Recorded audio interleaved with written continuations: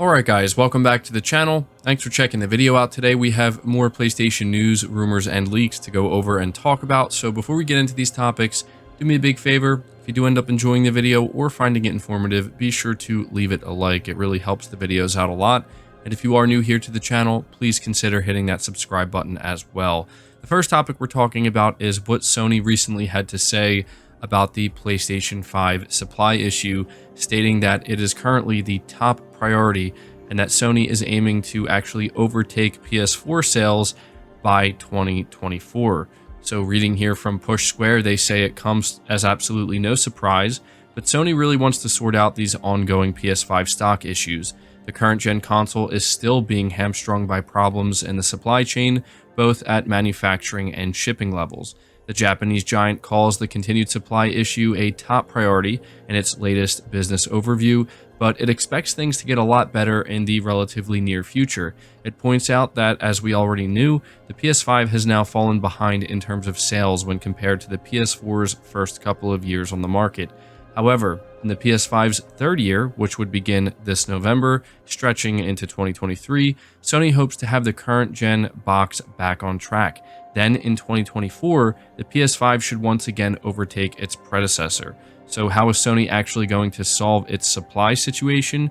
Well, for starters, it's now sourcing parts from multiple suppliers, expanding production plans so that it isn't necessarily caught out when a shortage hits. It's also in the process of negotiating new delivery routes so that it can more efficiently get PS5s to where they need to be, at least in the short term. These steps should help mitigate the supply problems as the whole process slowly returns to normal. So this is some pretty good news that Sony is sharing with us, and I wanted to be sure to let you guys know about this because I know that many of us have been fortunate enough to acquire a PlayStation 5. Some of us have even been playing on the PS5 since it launched, but as we know, there are still millions of gamers who want to upgrade to the PS5 and enjoy everything it has to offer, but it's still a big problem for them to do so. And people have been trying, but it's just not working out for them.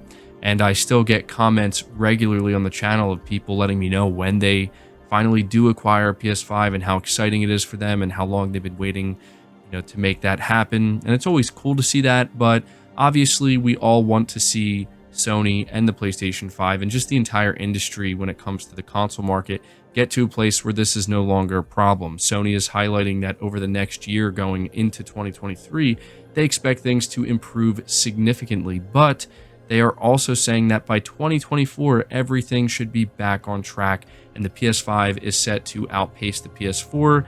And for those who maybe aren't aware, the way Sony is talking about the PS5 as a platform in this business meeting, they're saying it's the biggest ever platform already, and it's just going to get better, even with all of the roadblocks that it's faced.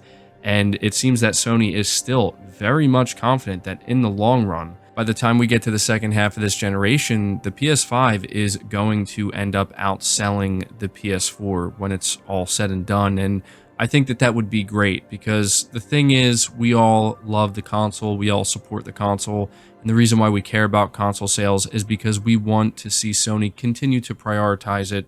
And I can tell you right now that at the pace the PS5 is selling, with how high the demand is, and if it does end up surpassing the PS4 sales-wise, the console will absolutely remain the priority for Sony for some time to come. And I think that's what a lot of us are hoping for.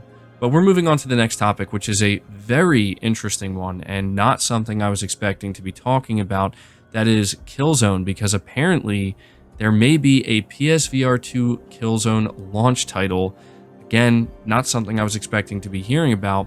Reading here from PlayStation Universe, it says the Killzone series may be rising from the ashes in the form of a PSVR2 launch title. That is, if informed speculation from reputable VR YouTube channel PSVR2 Without Parole is to be believed.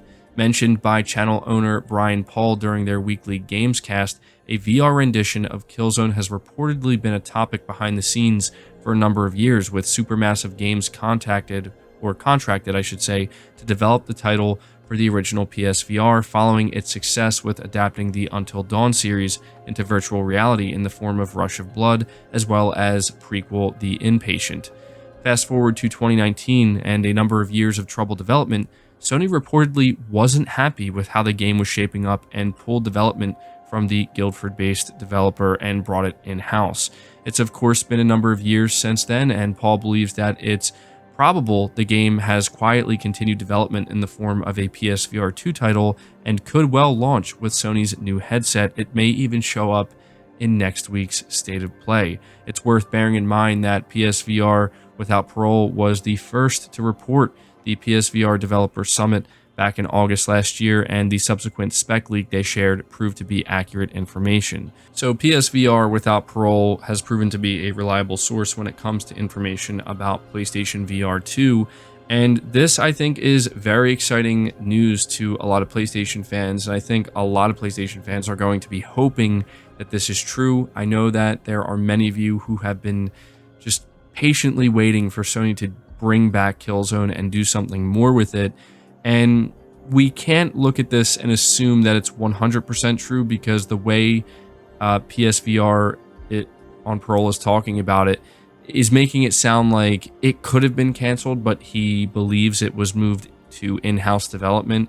So I think at that point, if that is the case, we have to wonder who exactly is handling it now and who exactly is developing it.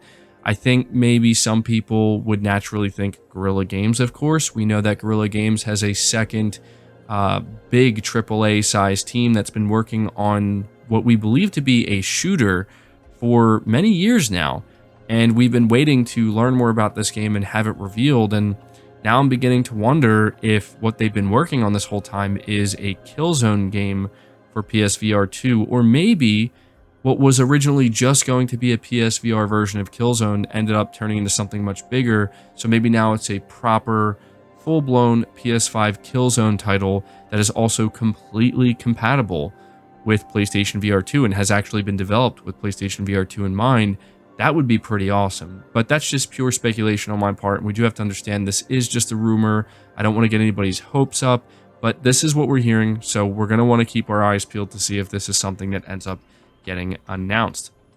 Now, continuing to talk about PlayStation VR 2, this is another very exciting report that I want to share with you guys. Call of Duty Modern Warfare 2 will reportedly have a PSVR 2 exclusive mode or exclusive content.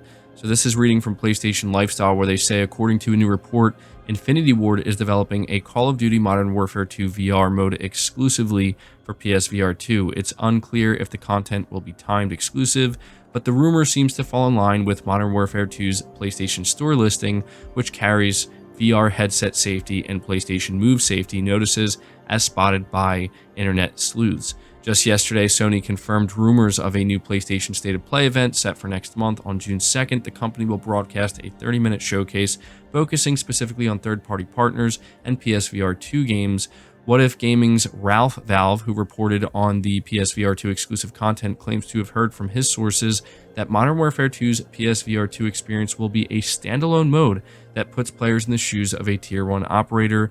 No further details are available. If true, this will be Infinity Ward's second attempt at making a Call of Duty VR experience. The developer previously worked on the Jackal Assault VR experience in collaboration with Paper Crane Games. The free PSVR exclusive mission was released in 2016 as part of Infinite Warfare. Now, I gotta say, based off of the reaction I've seen from many people with this rumor, it seems that what a lot of people are hoping for, but they definitely believe it will be too good to be true, which I have to agree, it does sound like it would be too good to be true, is they want like a dedicated multiplayer mode for Modern Warfare 2, where you boot up MW2, you put on your PlayStation VR 2 headset, and you're basically doing multiplayer matches with other people in Modern Warfare 2, maybe those who are also playing in VR. While I think that would be incredible, and man, that would definitely be something I would want to experience, I don't think that's what this is going to be. This is probably going to be like a dedicated kind of like single mission, something along those lines, which would still be cool. And, this is, I think, clearly just Sony trying to get as many big names, involved with PlayStation VR 2 to help it out. So yeah, let me know your thoughts about that. Let me know if that's something you would want to play. Still talking about Call of Duty Modern Warfare 2, though, this is also very interesting. We have what seems to be an update from a very, very reliable Call of Duty insider on what's going on with the PlayStation marketing deal for Call of Duty. Again, from PlayStation Lifestyle, they say Sony's Call of Duty PS5 and PS4 marketing deal with Activision Blizzard reportedly lasts for the next 3 games. That's according to known insider Tom Henderson, who claims that the current agreement covers Modern Warfare 2, Warzone 2, and Treyarch's next game. Microsoft is obligated to honor existing Call of Duty PS5 and PS4 deals. Following Microsoft's acquisition of Activision Blizzard, many assume that Call of Duty games would either become exclusive to Xbox and PC platforms, or they'll land day one on Xbox Game Pass. However, regardless of when the acquisition closes, Microsoft is obligated to honor Activision Blizzard's existing agreements, and that includes Sony's marketing and exclusive content deal. Exclusive content includes access to the initial beta tests, DLC, etc. It's worth noting that Tom Henderson points out with this tweet where he reveals this information that he says nothing should change until Call of Duty 2025/2026, depending on when that releases. And the article here says don't expect to see Call of Duty on Game Pass until Sony's deal with Activision Blizzard expires.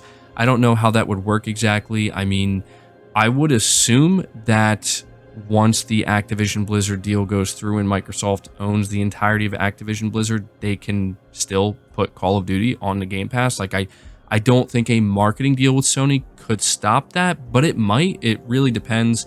So we'll have to see if that ends up happening. But nonetheless, it is, again, just kind of ironic to see that Sony is still going to be marketing the next like 3 Call of Duty games, and they're actually going to be marketing Call of Duty games once Microsoft owns the entirety of Activision Blizzard and actually owns Call of Duty. But the thing is, once that's up, once that's done, never again. That'll be it, and Sony will, have to move on to, I guess, marketing a different type of shooter. Maybe they'll move on to Deviation Games. They're putting a lot of money into that studio, hoping they'll, I think, maybe create the next Call of Duty or something similar to it. And so, yeah, I just wanted to let you guys know about this because I thought it was some pretty interesting information, maybe a little bit unexpected to some people. And that's going to do it for the video. I hope you did enjoy it. I hope you did find it informative. Again, if you did, be sure to leave it a like, subscribe to the channel if you're new, hit the bell notification icon, and feel free to share this video out on top of all that. But until next time, guys, take care.